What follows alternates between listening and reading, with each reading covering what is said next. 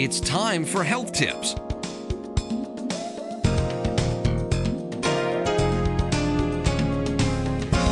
Now here's your host, Dr. Alma Jenkins. Good evening. Thank you so much for watching. I'm Dr. Alma Jenkins, and this is Health Tips.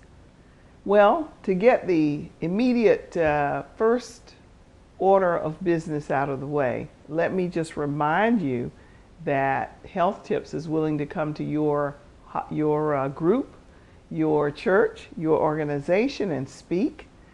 Just let us know when you'd like us to come, and we would love to come. Give us an idea of what you'd like us to talk about, or do you have any special needs? Just let us know.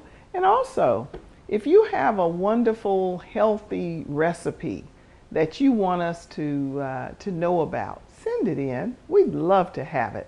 Especially, I'd like for those of you who saw the pineapple, apple, carrots, honey water drink juice. If you saw that and you liked it and you want to tweak it, then tweak that. You might want to add cinnamon to it. You might want to, who knows what you might add to it. But if you added it to it, it was healthy and it tasted great, send it to us. We might have you on the show to make it for us. So I'm excited to hear about any tweaks that you have to that recipe. All right. So just send it in to the station and we'll get it. And then we will look through them and try them and see how they taste and all that kind of stuff. So, you know, I'm especially anxious to get, or interested rather, to get recipes that taste good. Because, you know, so often we think that something healthy has to not taste good. And that's one reason that many of us don't eat healthier, is because, you know, we're not sure how to fix it and make it healthful. Because you think about a lot of the veggies that we grew up eating were seasoned with bacon and pork, but you can season your vegetables with other than meat, really. Now many of you are familiar with the collard greens that I fixed that are meatless, and butter beans that can be made meatless, cabbage without any meat, all tasting really great. Okay, one of the little tricks that I found to cooking cabbage and making it taste great, besides soaking it for 20 minutes or so, is seasoning it with some garlic powder as well as your salt and pepper. Put some garlic powder in it, salt and pepper, and let it, and then saute it and then let it steam a bit. You've got something really good. Try that. I think you'll really love it. And you'll think, gosh, did I put ham in this? Because you get that taste, that flavoring that really is good that you often get when you put meat in it. So I think you'll like that. All right. Now, I hope you have cans ready, because, at the end of our talk, we like to exercise. Sometimes we'll do it before the end, okay? But we do want to exercise. I try to incorporate it into every show as much as I can, because we need to keep moving. You've heard that term, keep it moving? There's something to that.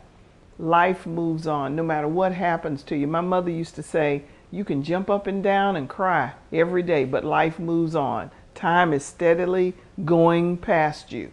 So we've got to keep it moving, okay?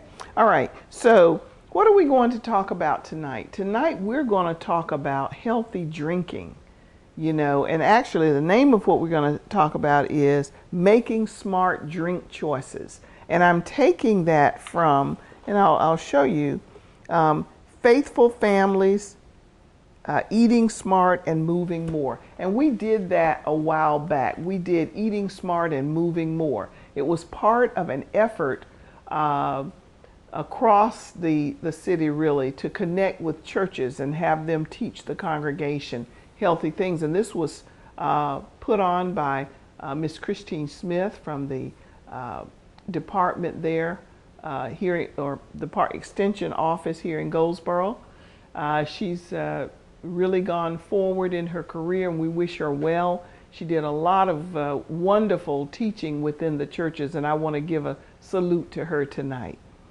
But this is part of that effort, and smart drinking choices. What better could I talk about with a meal? Because most of us drink with our meal. That's breakfast, lunch, and dinner. You don't think you're eating if you don't have something to drink with it, right?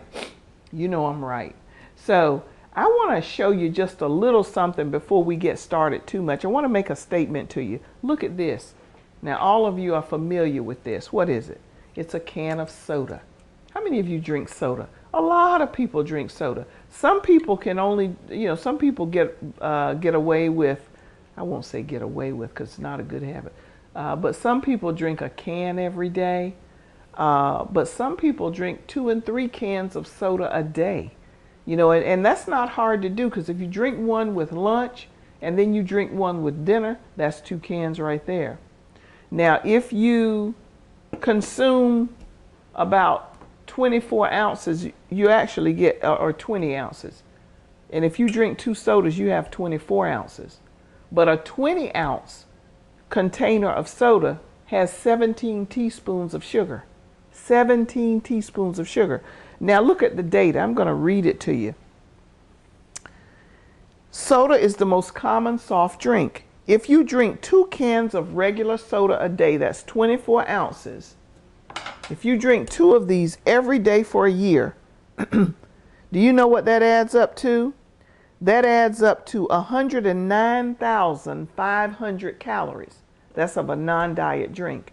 109,000. Read my lips. 109,500 calories.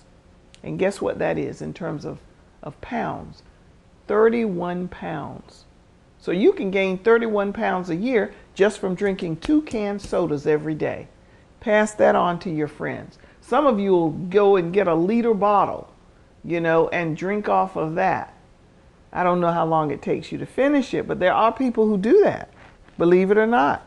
So if you're one of these people that has at least 2 sodas a day, that's 31 calories. Now, some of you say, yeah, but I do diet sodas.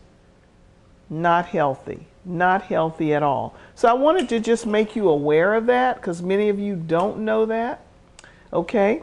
So let's look at my little chart I made here for you. Let's look at calories, vitamins, calcium, magnesium, and potassium. Okay? Let's look at that. So, suppose you have a non-diet soda, like we had over there, our Dr. Pepper. If you look at calories, it's got the calories, 160, but look, it has nothing else. No vitamin A, no vitamin C, no calcium, no magnesium, no potassium. So let's go to orange juice. It has a few more calories, but look how much vitamin A it's got. Look how much vitamin C it's got. Calcium, at least some. Magnesium, some, but look at the potassium. It's got 711 milligrams of potassium. 711 milligrams of potassium. We need potassium for heart function, for adequate muscle function. We really need potassium. If you don't have enough potassium, you could start skipping beats in your heart. You can get weak. You can pass out. You can die even without enough potassium. So this is an important ingredient here. Look at 1% milk, even just 1% milk. Look how much vitamin A you get there, 750 milligrams. You get some vitamin C, a little bit, but some. You get some calcium, 450 milligrams. You get some magnesium, and look at potassium. You get 352 milligrams of potassium. So you can see here that sodas do nothing for you but add weight, add calories. You're not getting very much in the way of nutrients, and we just picked some here. Okay? So I hope that drives the point home about drinking thoughtfully. And we'll show this again towards the end of the show for those who might not be tuned in just yet. Okay? And I'm going to just mention some of the things that we've talked about before when it comes to drinks. All right.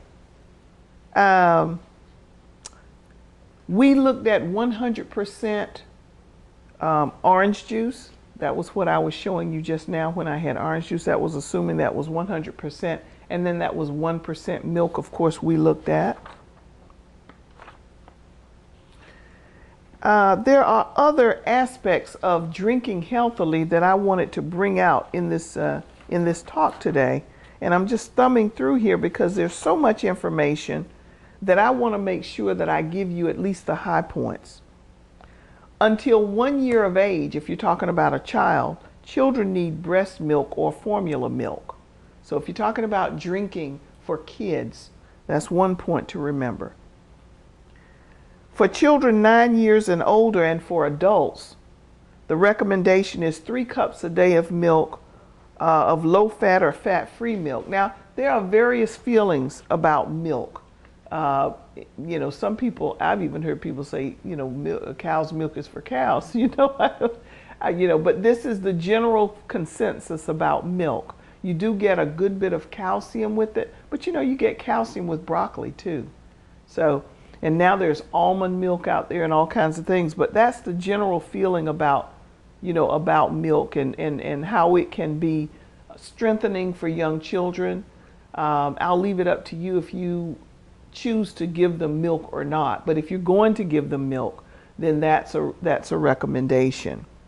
If you don't drink that much milk, you can still get milk and other nutrients by substituting other dairy products for milk.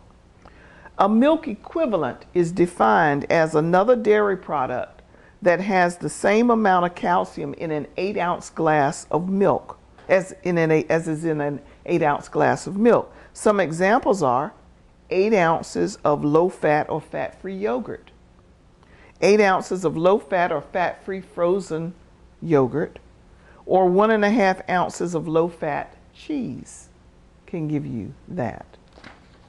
Okay. What about water? We talk about water a lot. We talk about drinking water. I tell you a lot about making sure you're drinking enough water. Well, water helps to regulate our body temperature. It carries nutrients and waste products throughout the body. Those of you who are having constipation issues, are you drinking enough water? Because if you are not drinking enough water, you may find yourself constipated a lot because your body wants to absorb water from the colon. You're not drinking in much, so there's not much there. Think about it as kind of helping lubricate things coming out. Okay? It adds moisture to the air we breathe so lungs can use it. It helps protect our organs, and it helps our joints stay healthy when we drink enough water. Okay? Let's see. A glass of water is defined as 8 ounces, just so you know. Okay? And you should drink more, of course, during warm weather and physical activity.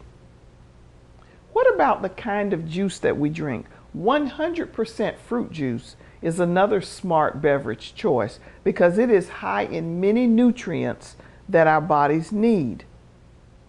If it's not 100% fruit juice, then it contains between 10% and 90% juice as well as added sweeteners.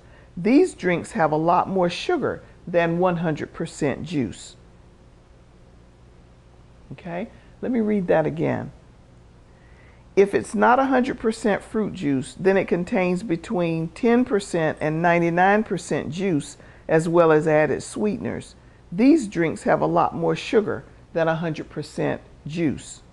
So that's just one choice you may see in the grocery store. But don't overdo it. Here is 100% apple juice. Okay? But if I drink this, 2 or 3 glasses 3 times a day, I'm going to get a lot of calories. This is 100% apple juice. But each serving, an 8-ounce serving, contains 120 calories. So you can drink your calories too. So, too much of anything is not good. But when you do drink, it's nice if you can drink the 100% juice. What else can I say and pick from that Eat Smart, Move More booklet? It said infants should not be given juice before 6 months of age.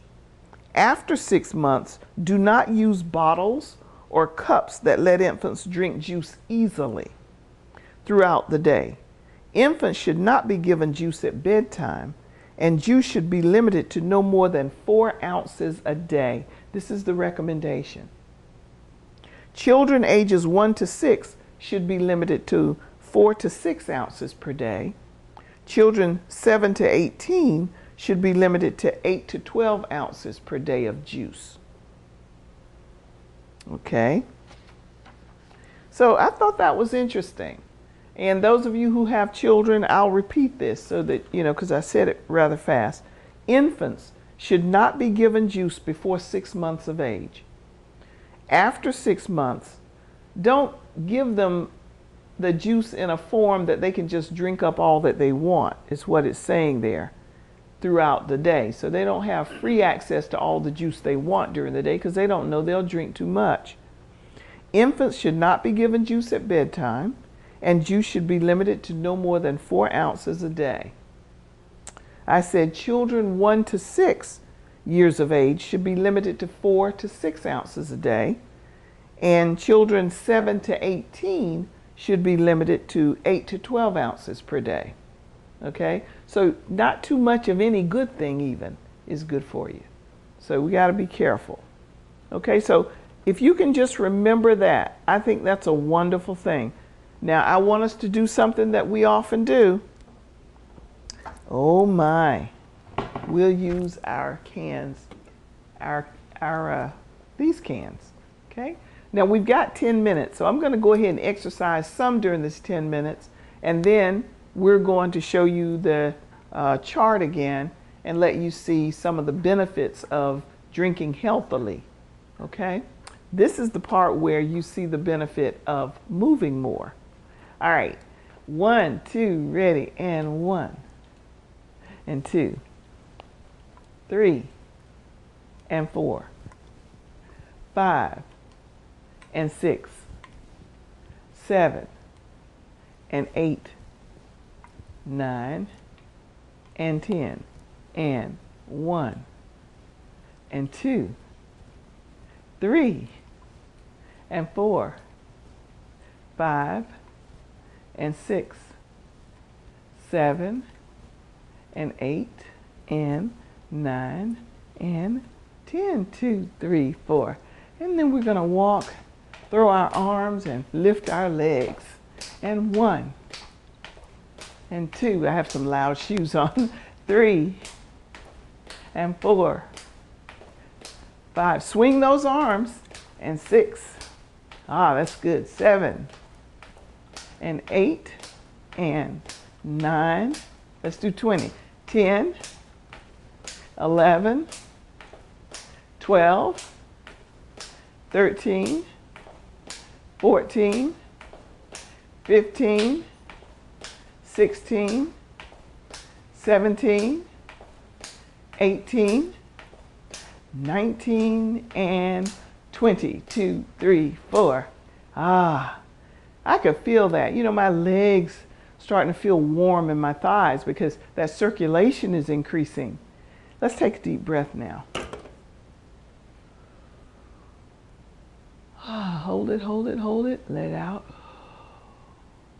Deep breath in. Hold it, hold it, hold it, hold it. Let it out. Ladies and gentlemen, you saw me looking to my left just now because I have a little dog and he's sitting right outside. She's sitting right outside the kitchen. And so I was looking over there to see what she was doing. Hopefully she won't bark. I just got one. Have you, how many of you have pets? So I'm learning how to take care of a pet as well. And that can have some medicinal advantages. By that I mean some healthy advantages, because guess what? Since I've gotten a dog, I walk more because I want to walk the dog. So I've found that I've actually lost some weight because I'm almost every day walking the dog. And I find myself chatting at the dog, and it's really, I think it's a healthy thing. I used to laugh at people that had dogs and they talk to them and carry on. I thought, oh boy, there's another one of those. But they do make you do stuff like that. So I highly recommend it. They're good little companions, you know, especially if you're single and you're by yourself, but it is a piece of work. Let me give you a few pointers. I'm just going to stop and do this because it's coming to my mind right now, and I want to make sure I tell you this. When I got my animal, I put the dog in a room with carpet on the floor because I knew that the dog was trained already. Not a good idea. They can all have accidents and they can ruin your carpet. So if you're going to do that, yeah, I think it's better to put them, if you're going to put a dog in a room, it's nice if it's in a room that is not carpeted, that you can clean up easier. We're getting ready to move the dog to another room now that is not carpeted. So, you know, lesson learned the hard way. The other thing is putting your dog on a schedule. All of this will help you too, because the more comfortable your dog is, the more comfortable you are. You don't feel stressed, and that's better for your health. Because remember, you want a pet, but you don't want it to be detrimental to your health. You want a pet that is going to be good for you and it's going to be good for the pet. So I think the earlier you train your pet to go to bed a certain time so that they're not all over the place, especially a house dog, you know, you really need to get them on some kind of a schedule. Mine likes to follow me all over the house, and I'm still in the process of disciplining and getting on a schedule with this little cutie. So anyway, as I thought of it, I thought I needed to say it and if you have any tips for me, because I'm a new dog owner, if you have any tips for me, just send them in. I'd really appreciate it because, you know, this is an interesting journey, but it's one that I'm not familiar with, but I'm enjoying so far. All right, so we did some exercises. I promised to bring the chart back up so that you could see some of the things we talked about in terms of smart drink choices. So let's bring this back, and I hope that I have it in a position that you can see it. Okay, can you see that? All right, so the main point of this chart is to show you that sodas have no redeeming value, just calories primarily. But it shows you that this 100% orange juice, yes, it does have a bit more calories, but look at what else it has there. You're getting a good bit of potassium. And we all know that orange juice is high in potassium. What other drink is high in potassium? Tomato juice. I don't have that here, but tomato juice is high in potassium. So you can get some from that.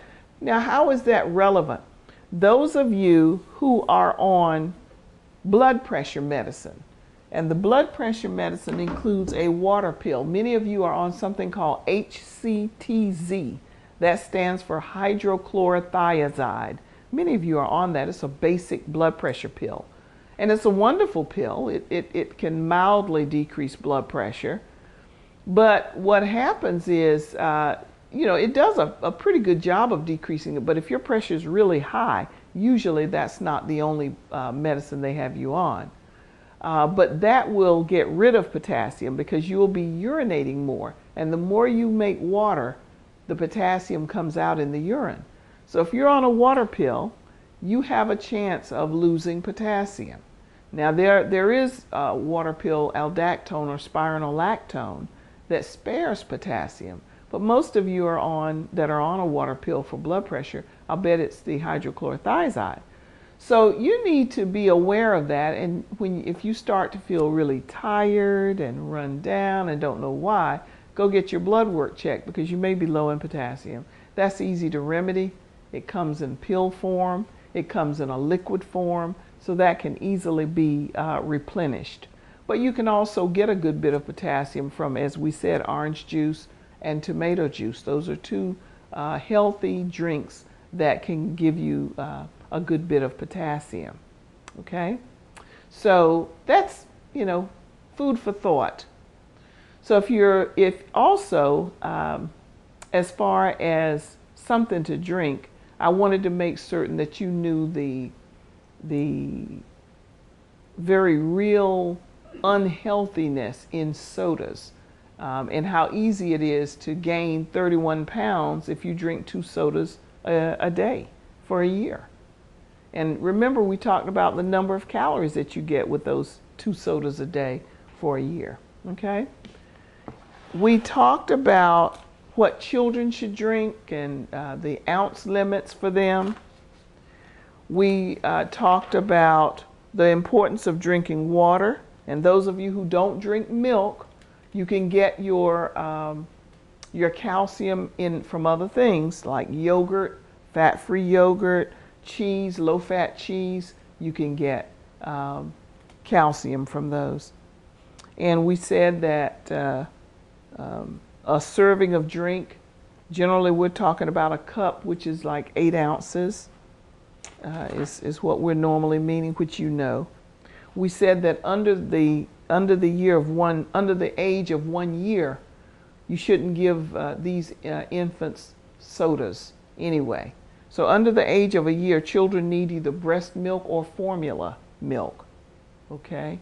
So those of you who know this, and we're telling you now, so you see someone opening or a can of pop to give to a 6 or 7 month old, you can say something. Okay? Hopefully there aren't that many people doing that, but that's just so you know. Let's see. Low-fat and fat-free milk actually have more calcium and the same vitamins as whole or 2% milk. Let me say that again.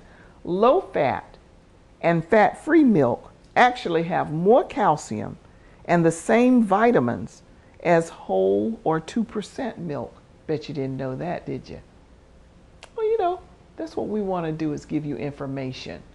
So I want you to think about this when you go out to a restaurant and they say, what can I get you to drink? Try to think of something healthy, all right? So you want to have some lemonade now, but don't have 3 or 4 glasses of lemonade. Maybe you'll have 1 glass, okay? All right. So I hope that I'll hear from you. I hope you'll write into the station, tweak that drink that we made last time. Let us know how you made it and how it tasted. Ladies and gentlemen, I'm Dr. Alma Jenkins. Thank you. Good night.